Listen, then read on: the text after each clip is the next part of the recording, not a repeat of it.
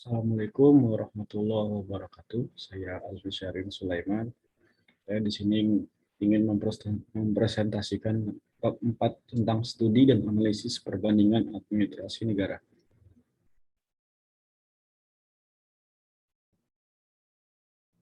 Pendekatan dan metode studi perbandingan itu, pendekatan approach adalah suatu langkah rasional dan mempelajari objek tertentu. Pendekatan yang digunakan untuk mempelajari perbandingan administrasi negara harus merupakan langkah-langkah konkret yang menjelaskan ilmu perbandingan administrasi negara dalam berbagai perspektif. Dengan adanya pendekatan, permasalahan diharapkan dapat diketahui dan ditemukan solusinya. Menurut UKASA, untuk studi perbandingan administrasi, pendekatan sistematis, pendekatan lingkungan, atau ekologi dapat dipergunakan karena ketiganya merupakan rangkaian yang berkesinambungan di antara elemen-elemen yang berhubungan saling bergantung satu dengan yang lainnya dan saling berinteraksi.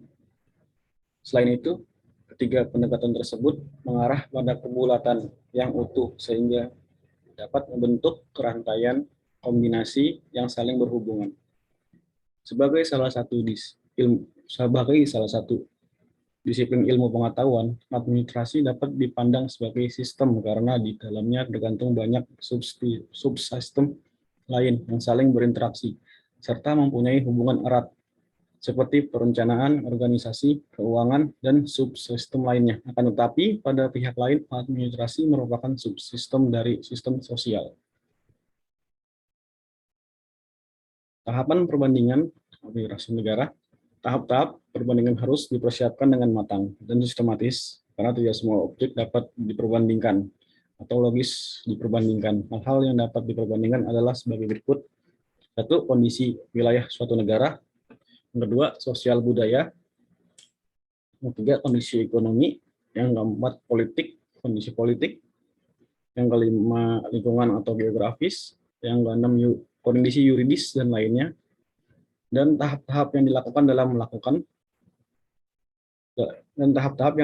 dalam melakukan perbandingan adalah sebagai berikut. Tahap pengkategorian wilayah, yaitu wilayah dalam arti pusat, provinsi, dan daerah. Tahap penentuan waktu perbandingan, yaitu masa lalu, sekarang, dan masa yang akan datang, sebagian dari prediksi ilmu administrasi negara.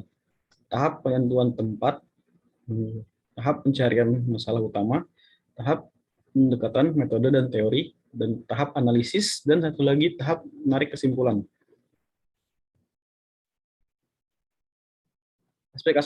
Aspek-aspek perbandingan administrasi negara, beberapa aspek yang diperbandingkan dalam studi perbandingan antara lain, satu, bentuk negara, yang kedua, bentuk pemerintahan, yang ketiga, sistem pemerintahan, yang keempat, sistem politik. Dan di dalam sistem politik itu ada dua cabang, yaitu suprastruktur politik dan infrastruktur politik.